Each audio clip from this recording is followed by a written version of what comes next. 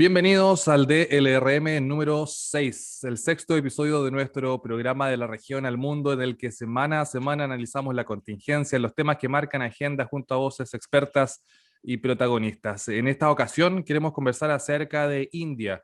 Las noticias que nos llegan a propósito de la crisis sanitaria son preocupantes, pero eso también nos permite observar en perspectiva cuál es la situación del gigante asiático, precisamente en clave pandémica y también en clave política. Para eso tenemos a dos grandes invitados, a dos amigos de Argentina con quienes vamos a analizar en profundidad la situación de India y a quienes desde ya paso a saludar y les agradezco por sumarse a la conversación aquí en DLRM. Saludo a Andrés Servín, analista internacional y presidente de la Coordinadora Regional de Investigaciones Económicas y Sociales. Andrés, muchas gracias por aceptar nuestra invitación.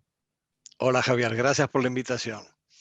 Y también nos acompaña Sabrina Olivera, abogada, doctoranda en Relaciones Internacionales y especialista en India. Sabrina, un gusto. ¿Qué tal, Javier? El gusto es mío. Comencemos contigo, Sabrina, ¿no? Y entreguemos mucho contexto, no perdamos de vista el contexto, porque cuando tenemos que hablar de India, tenemos que situarnos con todos los elementos posibles. Antes de hablar de la crisis, ¿cuál es la situación política de India, la forma de gobierno, las tendencias de la actual administración? ¿Qué es lo que tenemos que saber, Sabrina, antes de justamente empezar a mirar críticamente la situación actual del país asiático?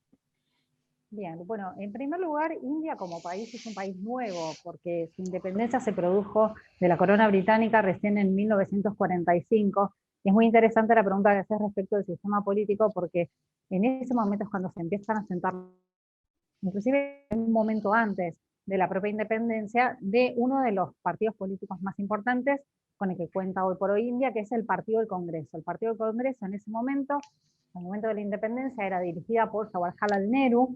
Nehru, luego de la independencia, es el primer ministro y luego de 2 mandatos fallece, lo sucede su hija, Indira Gandhi, por supuesto que también como integrante del Partido del Congreso. Cuando la matan a Indira Gandhi en el año 84, la sucede su hijo, Rajiv Gandhi. A Rajiv también lo matan en un conflicto interno que tiene India en el sur. Y esto lo que termina derivando es que recién en el año 98 finaliza, vamos a decir de alguna manera, como esta dinastía de los Gandhi en el ejercicio del poder. No obstante, fue un pequeño interregno del partido que se llama Bharatiya Janata Party. Bharatiya Janata Party es el partido del ciudadano común, vamos a decirle, y tienen dos agendas totalmente opuestas. Por un lado, el Partido del Congreso, al haber sido parte fundamental de la independencia de India, obviamente que bregaba por una democracia y una democracia de índole secular. Bien, es decir, que los asuntos religiosos estuvieran separados de la gestión del gobierno. Ahora bien, el Bharatiya Janata Party es un partido que en realidad lo que propone es un hinduismo o hindutva, como se le dice, ¿no? Como un fuerte sentimiento de hinduidad, ¿no? Y también desde el punto de vista económico es bastante más abierto que lo que en algún momento planteó el Congreso, sin perjuicio de lo cual sí es justo mencionar que Rajiv Gandhi, el hijo de Indira, fue quien propulsó la apertura económica del año 90. Lo interesante del caso es que después el Congreso vuelve al poder, en interregno entre fines de la década del 90 y principios de los 2000, y en el 2014 pierde totalmente el apoyo de la población y gana el Bharatiya Janata Party, cuyo representante hoy por hoy más importante es su primer ministro, Narendra Modi. Narendra Modi gana en el 2014, pero llega al poder con el Bharatiya Janata Party más la alianza de otros partidos. Sin embargo, en el 2019, cuando fue el momento de su reelección, llega al poder con la mayoría propia. Es decir, no hubo necesidad de formular ninguna alianza, y de hecho fue, como le decimos acá por ahí en Argentina, un batacazo, ¿no? Realmente lo dejó al Partido del Congreso, este partido, ¿no? de 5 generaciones de los políticos, y también muy, muy relacionados con el discurso oficial, vamos a decirle, muy importantes en términos políticos, los terminó humillando prácticamente en el año 2019. Y ahora que hubo este fin de semana que se conocieron los resultados de las elecciones de ciertos estados en India, porque India es una democracia federal y parlamentaria, ¿verdad? Este fin de semana se conocieron los resultados y hubo particularmente un resultado en un estado que parece, porque tal vez es bastante prematuro decirlo, pero sí hay visos de, que gana en el estado de West Bengal, Mamata Banerjee, por tercera vez en ese estado, y hay quienes entienden que va a ser la candidata que le va a hacer frente a Modi en las próximas elecciones en el año 2024. Ujú. Elecciones que cuando uno mira, ¿no? La masa, el volumen de población en India, uno puede caracterizar al votante indio, al pueblo indio, podemos poner quizás en perspectiva, no sé si los puntos cardinales de izquierda y derecha, ¿no? Pero cuáles son las preferencias ideológicas del pueblo indio de los últimos años.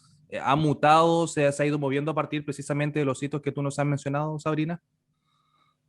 Bueno, India cuenta con más de 3.000 partidos políticos, con lo cual estamos reduciendo la discusión al Bharatiya Janata Party, al Congress, y sí te puedo decir que en algunos estados del sur, puntualmente en lo que es Kerala, que es un estado del sur de India, está gobernado por la izquierda marxista, eh, y casualmente los partidos del sur los estados del sur, perdón, son aquellos que tienen los indicadores sociales y económicos más favorables, en efecto. Ahora, lo que sí te puedo decir es, por ejemplo, West Bengal, que es un estado importante de India, hoy por hoy está a cargo, no es el Congreso, o sea, Mamata Banerjee no es del Congreso, sino que ella toda la vida participó del Congreso, pero hace más o menos 20, 25 años formó su propio partido político. Después te diría que, bueno, hay muchos partidos, muchos estados en donde el Bharatiya Janata Party hoy por hoy está ejerciendo. De hecho, de esos 5 estados en donde hubo elecciones, cuyos resultados se conocieron este fin de semana, te digo, Mamata Banerjee es en uno, el BJP se fortalece en uno gana la alianza con el Congreso, y en otro está el partido de izquierda, con lo cual tenemos un tablero bastante particular, o sea, es como un crisol, si te diría, pero lo cierto es que al momento de las elecciones a nivel nacional, o sea, elecciones parlamentarias a nivel nacional, hoy por hoy el apoyo más fuerte lo tiene el BJP. Perfecto, le damos la palabra a Andrés, ¿no? Porque Sabrina nos presenta un panorama bastante general. ¿Qué otros elementos agregarías tú, Andrés, precisamente para comprender la realidad política en India? Y te aprovecho de preguntar, ¿no? Si también existe el factor religioso a la hora de la distribución partidaria y también de las preferencias del pueblo. Bueno, siempre existe la tensión obvia entre, digamos, el sector hindú eh, eh, y los sectores musulmanes, y eso ya viene del momento de la partición, en su momento de la India, entre la India y Pakistán. Pero yo quisiera resaltar, además de esta tensión permanente, que desde luego se refleja además eventualmente en conflictos, en estallidos, bastante graves, ¿no?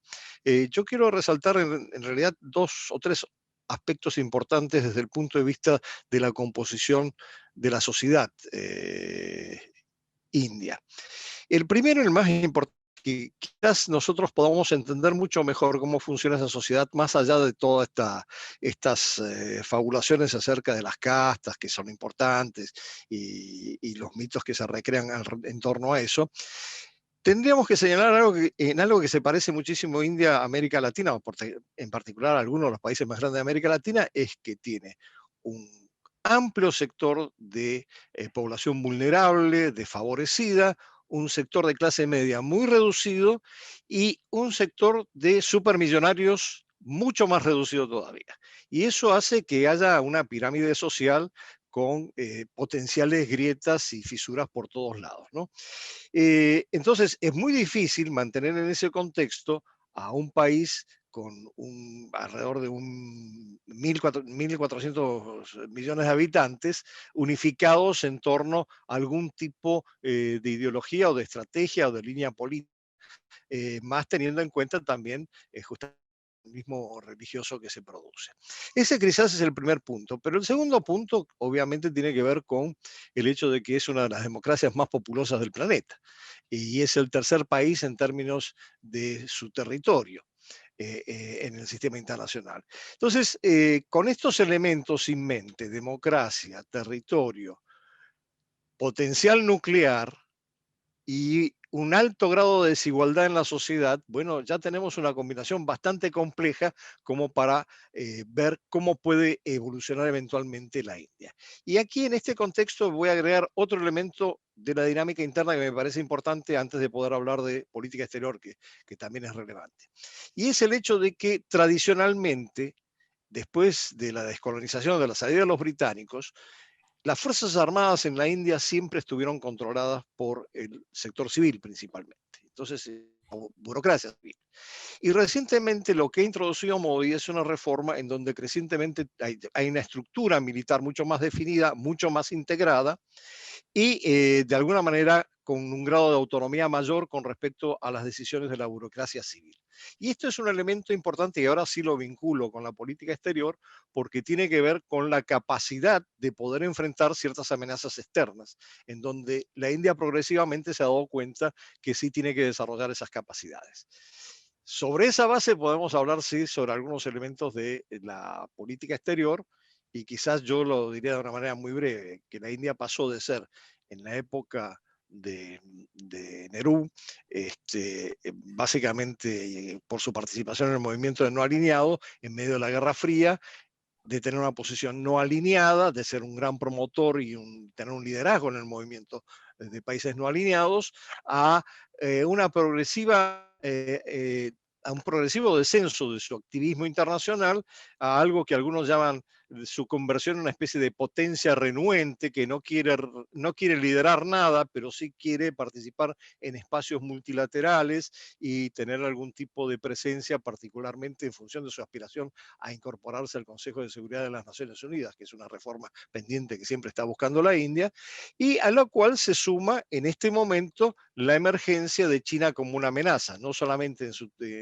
frontera terrestre, sino también en el Océano Índico, en donde comienza a haber una proyección que India empieza a sentir como amenazante para sus intereses. Entonces, en ese contexto hay que buscar ahora el cambio de política exterior de la India en función de lo que a principios de los 90 se llamó Look East, mirar hacia el este, para empezar a descubrir a sus vecinos del este, a lo que Modi se ha pasado a denominar el Act East, es decir, tener una estrategia muy concreta de vinculación, nexos, alianzas eventualmente con otros actores de la región para empezar a contener por un lado a China y por otro lado para poder desarrollar una proyección más significativa a nivel regional como una especie de líder regional. Pero esto también implica un alto grado de ambigüedad que no sé si nos da tiempo para desarrollar, si quieres lo apunto muy rápidamente.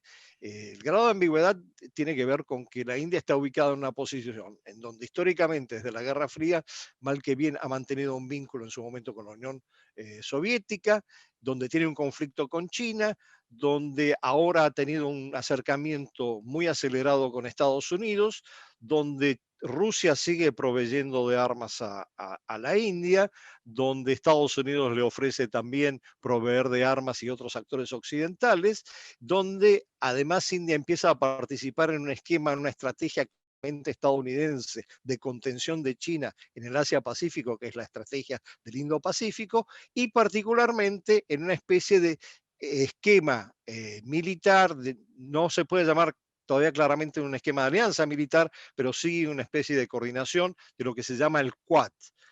India, Japón, Australia y Estados Unidos, que es el diálogo cuadrilátero de seguridad, que si bien se origina para poder enfrentar el tsunami hace alrededor de 20 años, en realidad ahora ha devenido fundamentalmente en un esquema de seguridad que además abarca otros temas y en la última reunión, que fue la primera reunión virtual de mandatarios de los 4 países hace un par de meses, se definió claramente que una de las prioridades era la lucha contra el COVID, pero siempre está presente ahí China y como una amenaza, pero también como un gran socio en términos económicos, del cual es muy difícil desacoplarse para la India. Hago una síntesis muy Sí. resumida de cuál es la posición en el sistema internacional, ¿no? Sí, sí, pero te quisiera pedir que profundices justamente en eso último, ¿no? Porque hemos conocido justamente una India que se ha aproximado a Estados Unidos el último tiempo, pero al parecer es precisamente por el factor insoslayable de China. No obstante, eso tampoco significa una rivalidad directa, una confrontación en particular de la India con China, sino quizás probablemente la necesidad de llevar las relaciones internacionales en el barrio de la forma más pacífica posible hasta que el conflicto en el Indo-Pacífico, el Mar del Sur también vuelve a acrecentarse, ¿no? Cuáles son los puntos críticos de la relación de India con China y qué efectivamente la acerca a Estados Unidos incluso más allá de este antagonismo con el gigante asiático? ¿Hay otros elementos también de política exterior que tú podrías indicar? Sí, yo creo que hay dos focos, en principio hay dos focos importantes que hay que tener en cuenta. Primero, el conflicto terrestre que existe en el Himalaya entre India y China y que ha provocado una serie de incidentes y de roces, particularmente en el último año, y donde aparentemente han llegado a una especie de acuerdo para calmar las cosas. Siempre está presente también el factor de Kashmir y el factor de Pakistán en eso. Pero, digamos, ese es un punto caliente de la relación de China con India.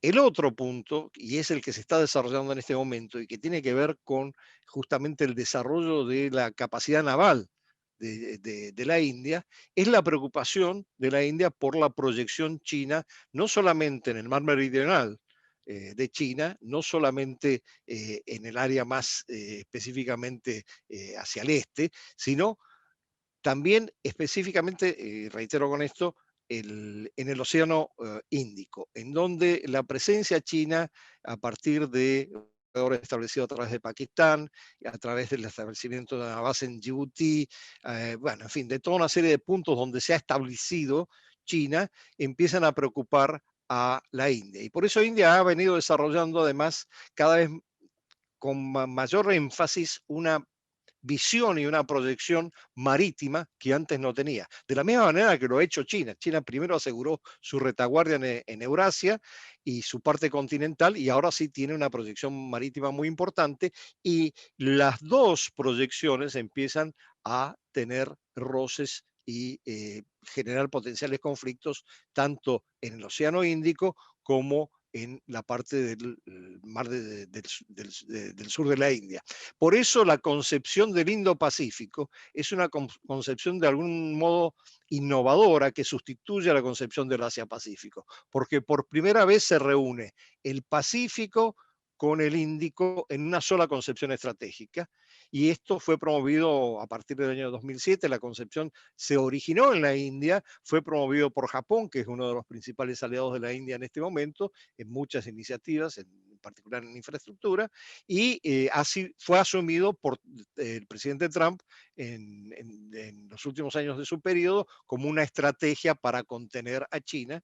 Y bueno, en torno a eso gira todo este acuerdo entre los cuatro del Quad, más una posición independiente muy autónoma, yo diría, pero muy importante para la India, que es la posición de ASEAN, que se considera, digamos, el centro de cualquier proceso de integración y multilateralismo en el área del Indo-Pacífico, pero que no quiere tener conflictos con China, porque sí tiene una relación, sus miembros tienen una relación muy estrecha desde el punto de vista económico con China, y de ahí nace recientemente el Regional Comprehensive Economic Partnership, este macro acuerdo comercial del cual la India no participa, pero que sí participa China. Perfecto. Sabrina, ¿quieres hacer tú algunos apuntes también en materia de política exterior y la India? No, me parece que fue clarísimo lo que planteó Andrés. El tema particularmente con China es una cuestión que él mencionó, ¿no? Que es una relación totalmente agridulce en donde oscila entre grandes momentos de confianza y de buena relación con momentos en los que tienen problemas en dos puntos limítrofes en una frontera que comparten de 3.500 kilómetros, y por otro lado también una fuerte relación comercial que obviamente, por más que India intente por ahí realizar algún tipo de boicot a los productos chinos, como hemos visto el año pasado, y todo esto a modo de represalia por los conflictos en el Valle de Galwan, lo cierto es que también no es algo que se pueda mantener en el tiempo. Digo, hay una relación muy estrecha que, o sea, India la hace dependiente de China en ese sentido. Y por otra parte también el gran problema con Pakistán, eh, historia, digo, desde el momento de la partición, en donde las relaciones siempre han sido conflictivas, también es cierto que Pakistán ha recibido préstamos de China y es muchísimo dinero el que debe. Entonces, para India también es un momento en donde desde el vecindario se siente bastante amenazada, ¿no? También ha tenido problemas con Nepal, desde el punto de vista limítrofe. Entonces, es un momento en donde es cierto que India ostenta el apoyo de Estados Unidos, en tanto contrapeso de China, o sea, contrapeso del avance chino en la región, pero lo cierto es que también desde el propio vecindario se está sintiendo amenazada, ¿no? Es un momento, por ahí, no sé si ahora que ya se han calmado un poco las aguas, pero el año pasado fue un momento muy álgido. Y que también tiene que ver con toda la nueva ruta de la seda de China y su plan de infraestructura, que obviamente India no accedió a participar. Digo, fue voluntad de China hacerlo, pero India no lo permitió y probablemente no lo permita nunca. Sí, sí, Sabrina, es importante no perder de vista que cuando hablamos de conflictos, hablamos de Pakistán, de India, de China, hablamos de potencias nucleares. Entonces también tenemos que tener en cuenta que son conflictos que se manejan quizás también con una suerte de sutileza de parte de todos los actores involucrados, porque está el botón nuclear también ahí presente. Sí, sí, y de hecho, en ese sentido, el primer ministro de Pakistán suele, por lo general, calmar las aguas cada vez que hay un momento álgido y hay un momento donde hay escaramuzas, o por ahí desde el punto de vista discursivo, Modi tal vez dice algo, y siempre es el primer ministro el que como termina bajando y siempre apela, ¿no?, como a una resolución más pacífica, porque lo cierto también es que India, desde el punto de vista que ha tenido un conflicto con China en el año 1962, en donde India pierde esa guerra, digo, a partir de ese momento también India necesita permanentemente demostrar que no es la misma India de 1962, y que si tiene que responder, va a responder. Pero creo de todos modos que más allá de que India, desde el punto de vista discursivo, responda o frente a una cuestión limítrofe también lo haga, lo cierto es que, como bien mencionás, son potencias nucleares y cualquier avance que tengan en ese sentido es peligrosísimo para toda la región. Sí, sin duda, Sabrina, y hablemos un poco de economía, ¿no? Tú lo mencionabas. ¿Hacia dónde se encamina hoy la economía india y la apuesta por el desarrollo en India? Bueno, hay dos puntos muy importantes hoy por hoy en la economía de India, y uno tiene que ver con el desarrollo de las tecnologías de la información y de la comunicación, y el otro es, por supuesto, el de farmacia, hoy muy conocido obviamente por el tema de las vacunas. Esto sin perjuicio de la importancia del sector de la agricultura y todos los sectores asociados a ella en la economía india, que representan un 17% del PBI aproximadamente, porque lo cierto es que también el 60% de la población de India vive todavía en zonas rurales, lo cual implica que la mayoría de la población sigue teniendo trabajo de baja calificación. Pero bueno, en algún punto esto ha intentado suplirlo con lo que tiene que ver con los servicios. En eso está las tecnologías de la información y de la comunicación. Lo cierto es que con las aperturas económicas de 1990, de esa década, empieza a haber una tríada entre lo que es universidades, empresas y Estado. Se empiezan a desarrollar dos clústeres muy importantes para las empresas de TIC. Uno queda en Bangalore y el otro queda en Hyderabad. Y aunque parezca mentira, esto termina siendo muy importante para la región de Latinoamérica. ¿Por qué? Porque ven a Latinoamérica, advierten diversas ventajas respecto del trabajo de las tecnologías de la información. Supongamos que un ingeniero indio está trabajando en India sobre un proyecto. Cuando el indio se va a dormir, alguien desde Latinoamérica puede continuar ese proyecto porque tenemos usos horarios complementarios. Además, también estamos muy cerca de Estados Unidos, con lo cual, por ejemplo, desde Argentina o desde Chile o de cualquier otra parte de Sudamérica, en un vuelo de la noche, o sea, te despertás al otro día, estás en Estados Unidos, con lo cual eso también abarata costos.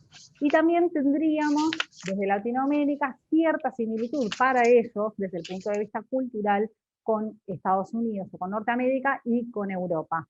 Entonces, desde el punto de vista de las tecnologías de la información, para India, bastante Latinoamérica, de hecho, en Brasil, en Argentina, hay muchas empresas de TICs radicadas, y también en lo que hace al sector de farmacia, es un mercado farmacéutico de genéricos muy importante.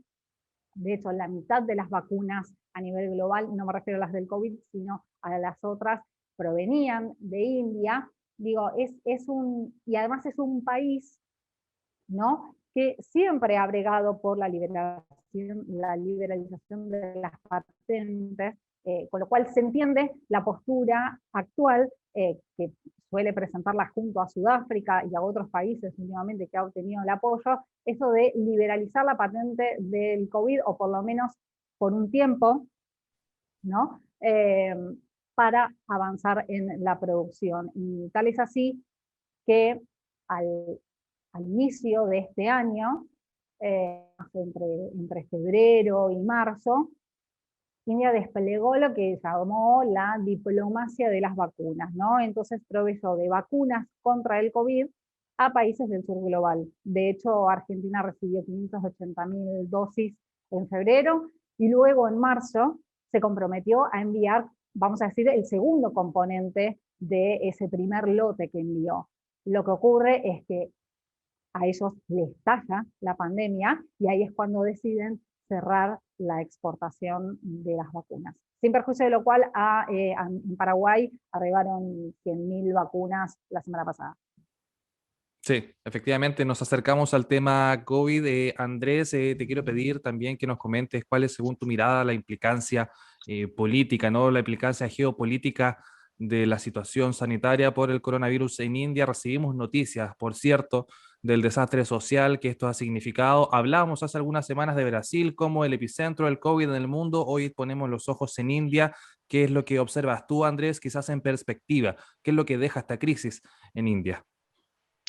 Bueno, hay varios elementos. El primero, desde luego, que hay una creciente preocupación en el mundo, por lo que señalaba Sabrina recién, del desarrollo de la industria farmacéutica, de que el abastecimiento no solamente de las vacunas para el COVID que se estaban produciendo en la India, sino también de otros insumos de la industria farmacéutica, iba a descender en cuanto a su capacidad de exportar, de la capacidad de India de exportarlo al resto del mundo. Entonces, ahí hay un primer punto de preocupación que ha hecho que haya una reacción generalizada de los países más protagónicos del sistema internacional, que ofrecen rápidamente su asistencia a la India en esta crisis. Esto genera toda una serie de tensiones geopolíticas, pero el otro elemento que quería remarcar antes de pasar a la tensión geopolítica era el hecho de que esta nueva ola en que se sume la situación de pandemia en la India viene asociada además con el desarrollo de una nueva variante del COVID, que está amenazando la situación de otros países. Hoy leí la noticia de que había llegado esta variante por primera vez a San Diego, en Estados Unidos. Entonces, es realmente una amenaza que se cierne en función de la grave crisis sanitaria que vive en este momento la India. Y en cuanto al campo geopolítico, cuando todo el mundo se lanza a asistir a la India, muy llamativamente empieza nuevamente la competencia entre quiénes son los que asisten y cómo asisten. Por un lado, Occidente promete insumos médicos, por otro lado, China abiertamente ese oxígeno, que es una de las cosas que está faltando en este momento de crisis sanitaria. Por otro lado, Rusia también ofrece apoyo, pero no solo eso, sino que ya está tratando de consolidar la posibilidad de producir la Sputnik 5 en la India y exportarla desde allí.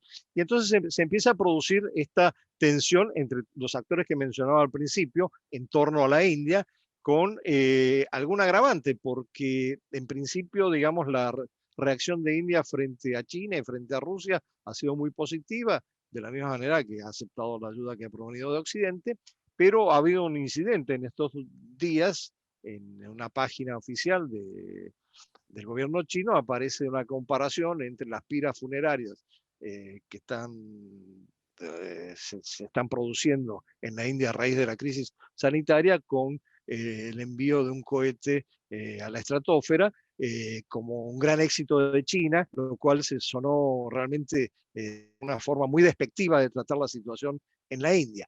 Con lo cual se incrementan las tensiones. Después el gobierno chino retiró esa comparación fotográfica, además, y de alguna manera aparentemente se está apaciguando la situación. Pero lo importante es que aquí hay una clara competencia en torno a la India entre, por un lado, China y Rusia, que cada vez tienen una vinculación más estrecha y complementaria desde el punto de vista económico, también de mucho acercamiento militar. Todavía no es una alianza militar per se, pero es una especie de entente que se enfrenta a Occidente y que además, por ejemplo, en la lista de amenazas prioritarias de los Estados Unidos, Biden lo ha señalado claramente, que primero está China, pero también está Rusia, y ha acontecido todo lo que ha acontecido recientemente entre Biden particularmente y Putin, con una serie de epítetos que se han intercambiado y de comentarios. Entonces, lo que estamos viendo es que de alguna manera en la India se está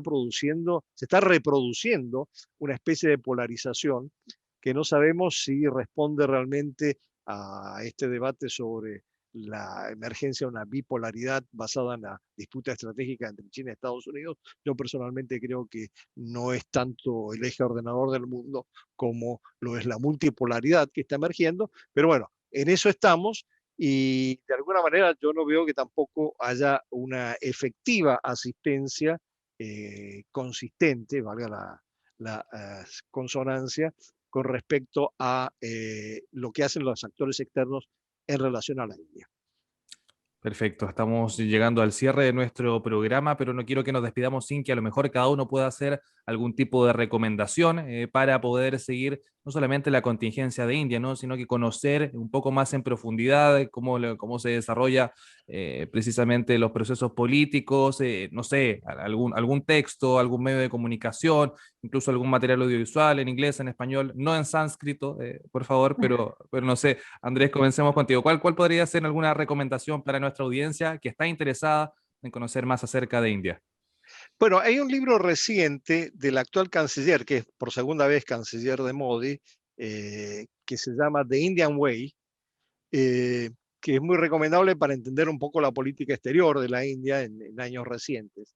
Eso sería una recomendación. La otra es ver algunos de los pocos textos que tenemos en América Latina. Y digo que pocos textos porque poco conocemos o poco nos preocupamos por la India en América Latina, y viceversa, yo diría, porque fuera de la relación más estrecha que puede tener la India con Brasil en el marco de los BRICS, la interacción con la India es bastante limitada, y cuando analizamos las visitas de los mandatarios entre la India y la región, también es limitada. Y termino con esto, la experiencia de un foro India-CELAC no ha progresado lo suficiente como para cambiar este esquema general. Perfecto. Sabrina, ¿hay algún comentario final y una recomendación? Sí, yo lo que suelo recomendar como puntapié para entender a India es a Amartya Sen, que es una economista de origen bengalí, premio Nobel en Economía. El libro se llama India Contemporánea. Me parece que para empezar a entender a India ese es un buen libro. Y después, ya si hablamos de política exterior, el libro de Jaishankar, sin dudas, pero también los libros de Shashi Tharoor. Shashi Tharoor también formó parte del gobierno y estuvo muchos años en Naciones Unidas como representante de India, y tiene una visión un poco más hacia el lado del soft power o poder blando de India, que también es muy interesante porque nosotros hoy más estuvimos hablando de los aspectos de defensa, de economía, de política, y dejamos de lado el poder blando de India, que no deja de ser uno de los recursos bastante más importantes que tiene en relación al conocimiento que tenemos nosotros de India, ¿no? Porque también la diplomacia cultural de India es un fuerte apoyo de la diplomacia en otro sentido, ¿no? Con esto no quiero decir que la diplomacia cultural de India sea suficiente para lograr los éxitos o fracasos que se ha tenido en su política exterior, porque no lo es así. Es complementaria a lo que llama NAI el poder duro. ¿no? Pero también es cierto que esta es una espera que hay que atender. Perfecto. Sabrina Olivera, muchas gracias por aceptar nuestra invitación, por ser parte de esta conversación en torno a India, una gran potencia que hoy se encuentra en problemas, pero que siempre es importante tener presente. Que estés muy bien, Sabrina. Gracias, gracias Javier, que sigas muy bien. Y también muchas gracias a Andrés por sumarte a nuestro panel aquí en De la Región al Mundo. Probablemente ambos los vamos a volver a molestar en el futuro para seguir conversando acerca de India. Con muchísimo gusto. Muchísimas gracias por la invitación. A ustedes muchas Gracias, un gracias placer. por seguirnos. Semana a semana, recuerden aquí en nuestro canal, información, entrevistas, los temas que marcan agenda, junto a voces expertas y protagonistas. Que estén muy bien, nos volvemos a encontrar en una próxima ocasión. Hasta pronto.